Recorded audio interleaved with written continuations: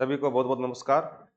आज हम डिस्कस करेंगे साइंस जो है और उस साइंस में जितने भी रिट लेवल 2 है और रिट लेवल 2 में फर्स्ट शिफ्ट में और सेकंड शिफ्ट में दोनों शिफ्टों में जो 30-30 क्वेश्चन आए यानी 60 टोटल 60 क्वेश्चन आए हैं साइंस के दोनों शिफ्टों में L2 और रिट के अंदर।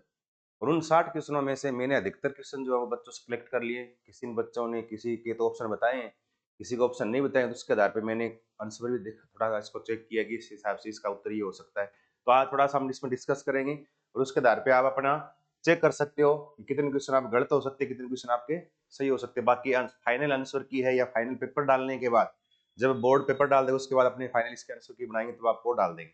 अभी इसको हम इसी आधार पे देखते हैं कि बच्चों ने जो बताए हैं उसके आधार पे किस प्रकार से कौन कौन से क्वेश्चन और उनके आंसर क्या हो सकते हैं वो थोड़ा देखना हमें। ठीक है, अब देखो यहां से स्टार्ट करते हैं।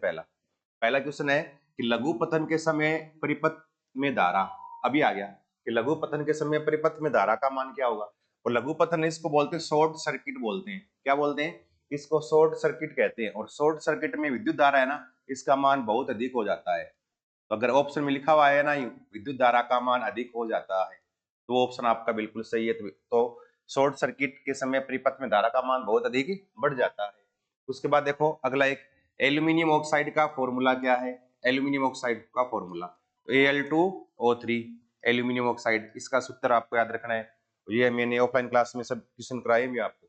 तो एल्यूमिनियम ऑक्साइड। इसके बाद पश्चिम बंगाल में कौन सा राष्ट्रीय उद्यान उपस्थित, अलग अलग राष्ट्रीय उद्यान है, उसमें अगर ये नाम लिखा हुआ है ऐसे इस तरह से सुंदरवन राष्ट्रीय उद्यान, सुंदरवन राष्ट्रीय उद्यान ये लिखा हुआ अगर आ गया ऑप्शन में तो आपका उत्तर ये सही है। सुंदरवन राष्ट्रीय उद्यान है उपस्थित कहाँ है? पश्चिम बंगाल के अंदर।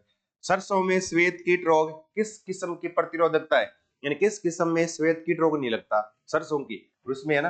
अगर ये ऑप्शन में आया हुआ आपके देखो यू से पूर्वी स्वर्णम ऐसे इस तरह से, इस तरह का कोई अगर ऑप्शन था तो अगर आपने वो टिक किया तो आपका उत्तर बिल्कुल क्या है? सही है।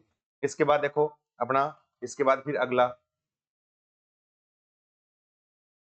इसके बाद अगला क्वेश्चन देखो क्वेश्चन नंबर 5 से बिल्कुल इजी सा प्रश्न आया है, सबको पता है।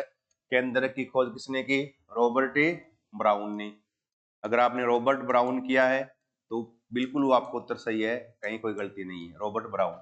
ऐसे ही समांगी मिश्रण का उदाहरण नहीं है और इसके अंदर देखो ऐसे लिखा हुआ आएगा जल व चीनी का मिश्रण, सल्फर में CO2 का मिश्रण, ऐसे लिख दे 4। और उसके अंदर देखो एक ऑप्शन ये आया होगा जल प्लस तेल का मिश्रण।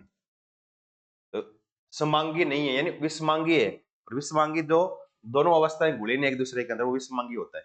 तो जल और तेल है। अगर ये ऑप्शन आपने सही किया है, टिक किया है, तो बिल्कुल आपका सही है। विषमांगी मिश्रण का उदाहरण ये समांगी नहीं है, समांगी नहीं है वो पूछा आपसे। अगला देखो बल F तथा क्षेत्रफल A, बल को आधा कर दे, क्षेत्रफल को दुगुना कर दे, दाब पूर्व दाब का कितना गुना हो जाएगा ये पूछा है। तो यानी दाब का फॉर्मूला क्या होता है? प्रेशर बराबर बल बटे क्षेत्रफल। और क्या पूछा है? बल का मान आधा कर दे 1/2 गुना ए कितना है? क्षेत्रफल क्या कर दे? दुगुना कर दे 2 गुना, उत्तर क्या आ गया? 1/4। दाब कितना हो गया? पहले की दाब की तुलना में 1/4 हो जाएगा, मतलब 1/4। तो हमारा उत्तर से क्या होगा? 1/4 हो जाएगा, ये ध्यान रखना है। इसको उत्तर से आ गया 7वें का 1/4। अगर आपने ऑप्शन में किया तो बिल्कुल आपका एग्जैक्ट है, सही है, कहीं कोई गलती नहीं है। इसके बाद देखो जैव विविधता एक्ट कब पारित हुआ, ये थोड़ा याद रखना है। ये थोड़ा फैक्ट वाला क्वेश्चन है। कब? 2002 में। कब पारित हुआ? 2002 में पारित हुआ, ये आपको याद रखना है। ठीक है। इसके बाद निम्न में से जैव निम्नीकरणीय पदार्थ, जैव निम्नीकरणीय मतलब सूक्ष्म जीवों से जो तोड़ा जा सके, जिनकी मिट्टी के अंदर मिल जाए, तो मिट्टी के अंदर मिलने के बाद सूक्ष्म जीवों के द्वारा इनका विघटन हो जाए, वो जैव निम्नीकरणीय है। धातु का नहीं होता, प्लास्टिक का नहीं होता। उसमें एक ऑप्शन और था साथ में, ये था रुई। अगर रुई आ जाए तो रुई क्या है कि प्राकृतिक बहुलक है, ये प्राकृतिक। और प्राकृतिक बहुलक क्या है? सारे क्या है? जैव निम्नीकरणीय होते हैं। तो ये रुई है, रुई क्या हो गया? जैव निम्नीकरणीय पदार्थ है ये। तो रुई ऑप्शन करना आपको। एक है 10वां भूकंप की तीव्रता मापी जाती है। भूकंप है ना, इसकी तीव्रता किससे मापते हैं? तो भूकंप इसकी तीव्रता मापने के लिए एक पैमाना लेते हैं काम में। अगर आपने ये लिखा है तो बिल्कुल सही है, रिएक्टर पैमाना। क्या नाम है? रिएक्टर स्केल या रिएक्टर पैमाना बोलते हैं। भूकंप की तीव्रता मापने के लिए रिएक्टर पैमाना काम में लेते हैं। अगर आपने ये ऑप्शन में था, अगर आपने ये किया है तो बिल्कुल आपका उत्तर सही है, कहीं कोई दो राय नहीं है। इसके बाद देखो अपना 11वां क्वेश्चन। 11वें में क्या है, देखो वर्तीय गति यानी इसकी परिभाषा आई थी, 4 अलग अलग लिख दी ऑप्शन। और उसमें देखो अगर ऐसा ऑप्शन लिखा हुआ आ जाए कि प्रत्येक समय और प्रत्येक बिंदु पर और त्वरण का मान समान रहता है, ये लिखा हुआ आ गया कहीं पर भी, किसी भी ऑप्शन में लिखा आ गया कि इसका वर्तीय गति में प्रत्येक बिंदु या प्रत्येक स्थान पर त्वरण का मान क्या रहता है, समान रहता है। तो अगर ये आ जाए तो वर्तीय गति के लिए सही है, तो त्वरण का मान समान रहे, वो ऑप्शन आपको सिलेक्ट करना था। विटामिन सी की कमी से होने वाला रोग सबको बताया कौन सा होता है, स्कर्वी। आपके ऑप्शन में आया था स्कर्वी, वो आपको टिक करना था स्कर्वी। फिर अगला ये देखो, पढ़ाते टाइम मैंने आपको बार बार कहा था ये विधि बहुत एग्जाम में पूछते, इसकी खोज करता है। एक बार तो इसका खोज करता है ना H.E. आर्मस्ट्रॉन्ग, तो H.E. की फुल फॉर्म आ गई थी हेनरी एडवर्ड। तो अन्वेषण विधि या खोज विधि की खोज करता कौन है, H.E. आर्मस्ट्रॉन्ग। अगर ऑप्शन में कहीं पर भी H.E. आर्मस्ट्रॉन्ग लिखा हुआ आ गया तो वो ऑप्शन आपको करना था, वो बिल्कुल सही उत्तर है इसका, H.E. आर्मस्ट्रॉन्ग है अन्वेषण विधि के खोज करता। फिर देखो अपना अगला 14वां क्वेश्चन। 14 में क्या है कि समतल दर्पण, व्यक्ति समतल दर्पण से या 6 मीटर है, 6 मीटर की दूरी पर खड़ा हो तो प्रतिबिंब व व्यक्ति के बीच की दूरी क्या होगी। यानी यहाँ पर एक दर्पण है लगा हुआ ऐसे, और यहाँ पर कोई व्यक्ति खड़ा है इस तरह से, और इसका दर्पण के अंदर क्या बन रहा है, इस तरह से दर्पण में उसका चित्र बन रहा है, दर्पण में इसका प्रतिबिंब बन रहा है इस तरह से, ठीक है ना, व्यक्ति का यूं दर्पण के अंदर। अब ये कह रहा है कि व्यक्ति और समतल दर्पण के बीच की दूरी है ना, ये कितनी है, ये 6 मीटर है। तो व्यक्ति व प्रतिबिंब के बीच की दूरी कितनी होगी, तो याद रखो समतल दर्पण में हमेशा प्रतिबिंब जितना बिंब दूर है उतना दूर बनता है प्रतिबिंब, तो ये भी कितना 6 मीटर है, 6 और 6 कितना हो गया 12 मीटर। अगर आपसे पूछा है ना कि बिंब और प्रतिबिंब के बीच की दूरी या प्रतिबिंब व्यक्ति के बीच की दूरी पूछे तो 12 मीटर आएगा, कितना आएगा 12 मीटर आएगा। और अगर यूं पूछ ले दर्पण और प्रतिबिंब के बीच की दूरी तो 6 मीटर आएगा, ये दे रखा है आपको। तो जो भी ऑप्शन है, और इसमें मैंने क्या लिखा है, प्रतिबिंब व व्यक्ति के बीच की दूरी कितनी है, 6 और 6 12, तो 12 ऑप्शन करना था इस क्वेश्चन के अनुसार, आपको 12 इसमें करना है।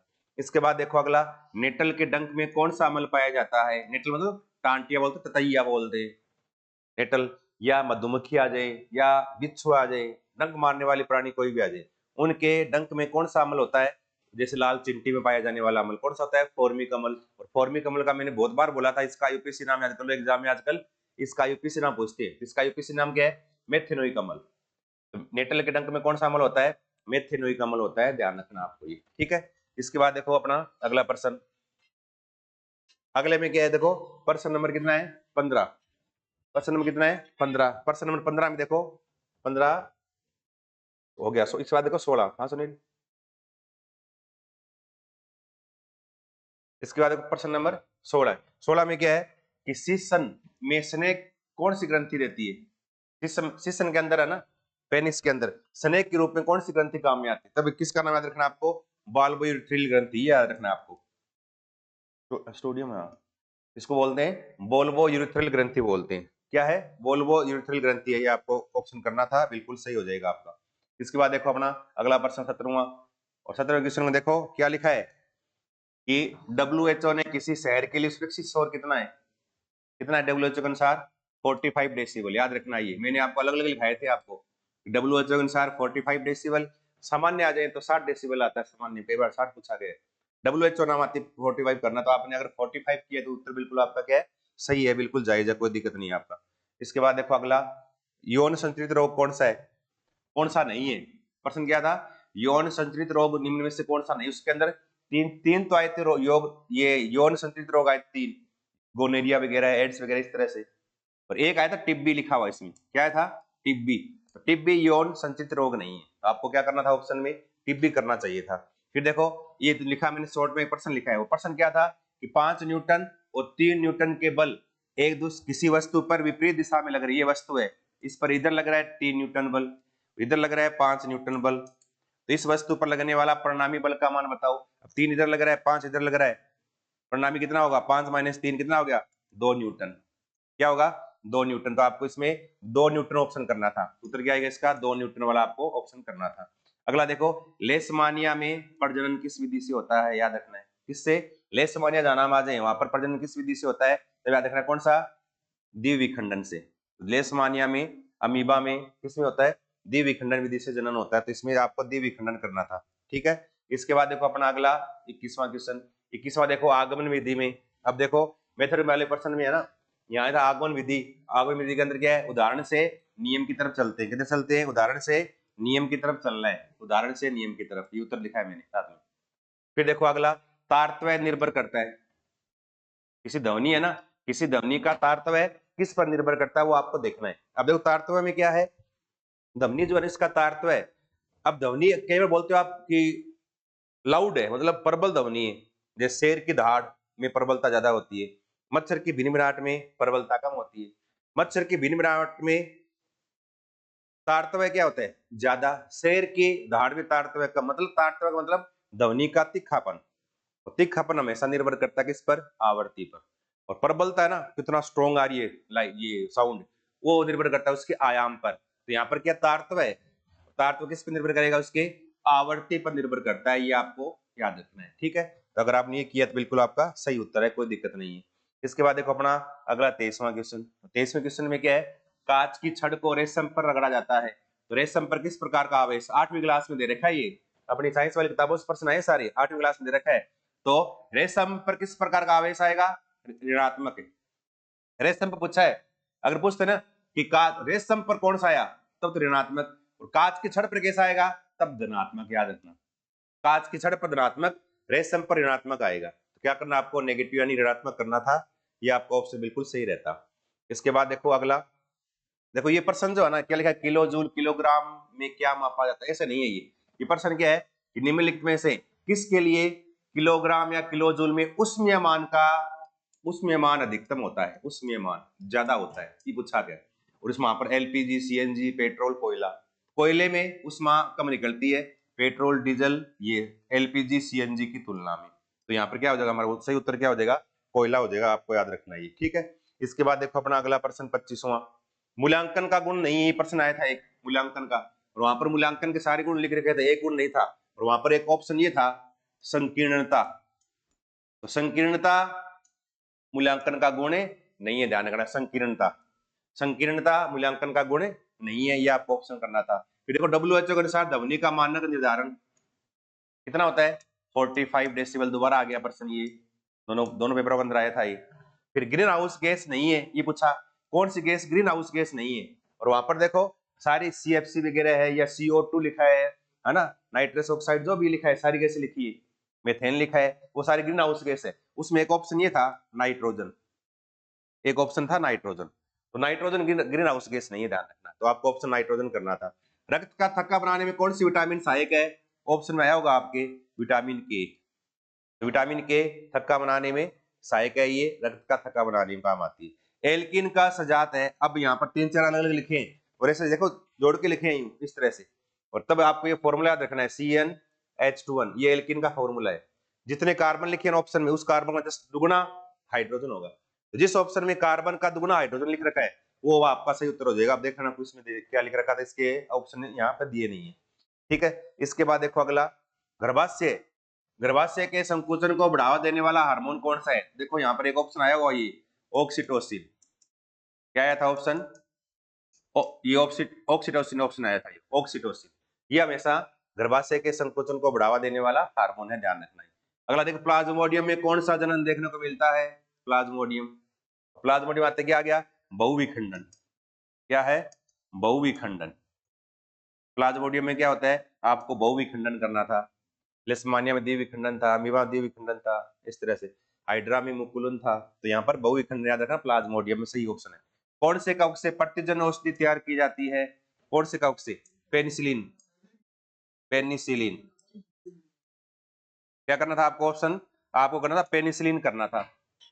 तो ये पेनिसिलियम, पेनिसिलियम ये कवक करना था, पेनिसिलियम, जिससे पेनिसिलिन प्राप्त होती है, पेनिसिलियम करना था आपको ऑप्शन में, पेनिसिलियम आ गया। उभयधर्मी ऑक्साइड का उदाहरण है, उभयधर्मी देखो आपके ऑप्शन में, या तो ये शुरू में आया था एल्यूमिनियम ऑक्साइड, या तो ये लिखा हुआ मिल जाएगा आपको ऑप्शन में, या फिर ये लिखा हुआ मिल जाएगा, या फिर ये लिखा हुआ मिल जाएगा। इनमें जो भी ऑप्शन में आया था ना, वो आपको टिक करना था। मुझे लगता है शायद Al2O3 आया होगा, Al2O3 आया। ये उभयधर्मी ऑक्साइड का उदाहरण है, जो अम्ल के रूप में भी काम करता है और क्षार के रूप में भी काम करता है, उनको बोलते हैं उभयधर्मी ऑक्साइड।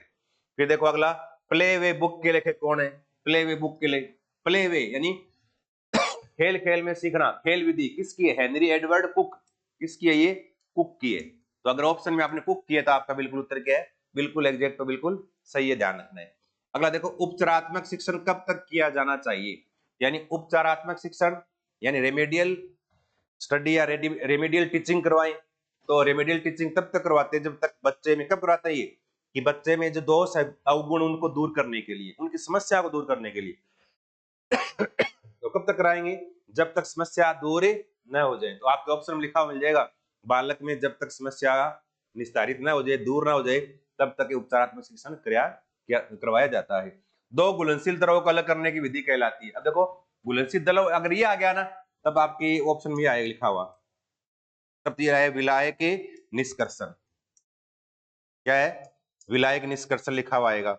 और अगर कोई और कुछ लिखा है, कुछ बच्चे कह रहे सर अवसाधन लिखा हुआ आया था, अवसाधन आएगा तब तो दो द्रव नहीं आएंगे, ध्यान रखना, घुलनशील द्रव नहीं आएंगे। तो वहां हो सकता है किसी द्रव में कोई अशुद्धि घुली हुई है, जैसे पानी मिट्टी घुली हुई है, उसको अलग करने के लिए कौन सी विधि? तब अवसाधन आता है। दो द्रव आ जाएंगे तब हमेशा विलायक निष्कर्षण आता है। देख लेना ऑप्शन में क्या दे रखा था, प्रश्न क्या था, वो बाद में और देख लेंगे अपन। अब अगला क्या है, 37वां, 0.1 मोल N2 का द्रव्यमान कितना होता है? देखो, मोल बराबर फॉर्मूला क्या होता है? मोल बराबर पदार्थ का द्रव्यमान बटे अणुभार। अब लिखा है देखो, मोल कितना है? 0.1, द्रव्यमान m ज्ञात करना है, अणुभार कितना है? N2 का, n का भार 14, N2 का 14 दूनी 28, 28, तो m निकालना है अणुभार, तो 28 गुणा 0.1, क्या हो जाएगा? 2.8 ग्राम आ जाएगा। उत्तर में अगर ऑप्शन में आपको 2.8 ग्राम लिखा है ना, तो आपका उत्तर बिल्कुल क्या है? सही है। अब देखो अगला 38वां, 25 जनवरी 2001 को, 26 जनवरी से एक दिन पहले गुजरात में क्या आया था? भूकंप आया था। क्या था? कौन सी त्रासदी हुई? कौन सी हुई थी? भूकंप आया था 2025 में, ये 2001 में, ये 25 जनवरी 2001 में भूकंप आया था। ये देखो अगला, न्यू मेटाफोर कौन से पादपों में पाई जाती है? याद रखना, न्यू मेटाफोर है ना, इनको सबसनमूल भी बोलते हैं, सबसनमूल। और ये अधिकतर जो है ना, वो क्या है? लवणीय पादपों में या दलदली पादपों में। इनके अंदर जड़ जो है ना, वो बाहर की तरफ निकलकर, जड़ है ना, बाहर की तरफ निकलकर सबसनमूल की सबसन के रूप में काम करती है, बाहर निकल जाती है। जैसे यहाँ पेड़ खड़ा है, उसकी साइड में जाके उधर बाहर निकल जाएगी जड़, और वो सबसन मूल के रूप में काम करती है।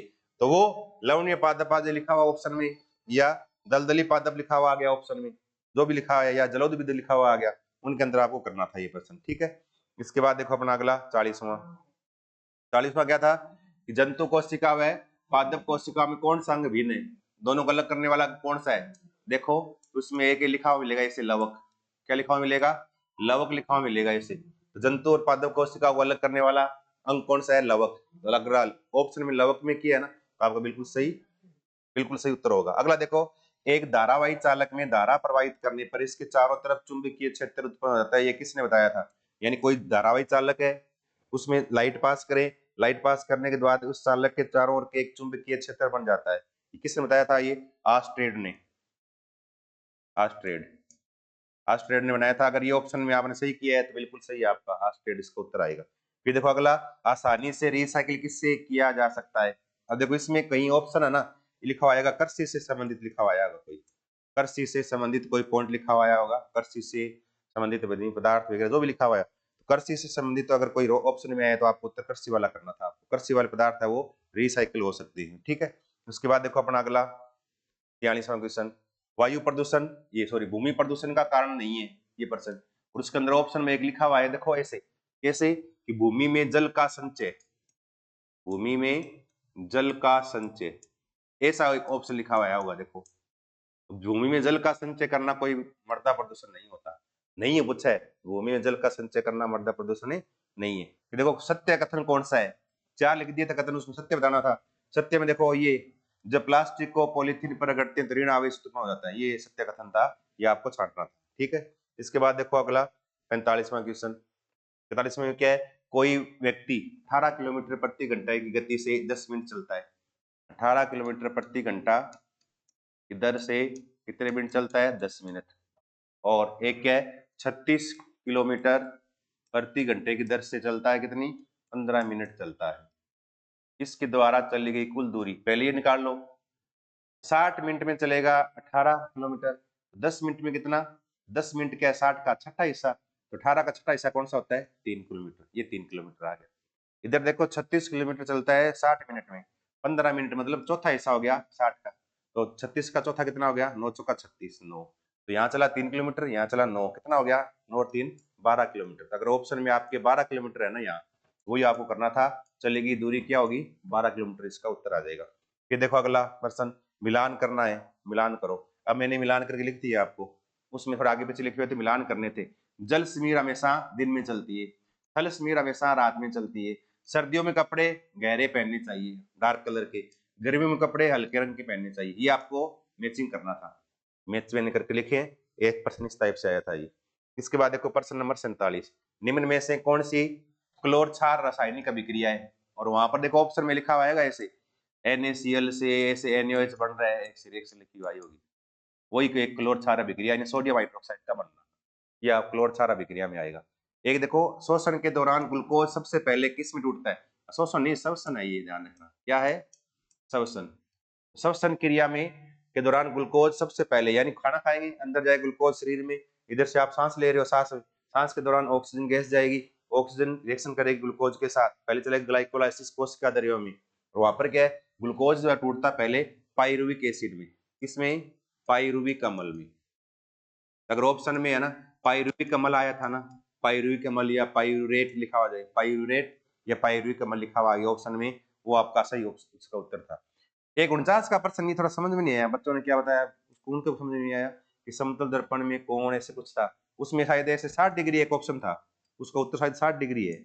अब प्रश्न क्या था, थोड़ा सा देखना पड़ेगा आपको।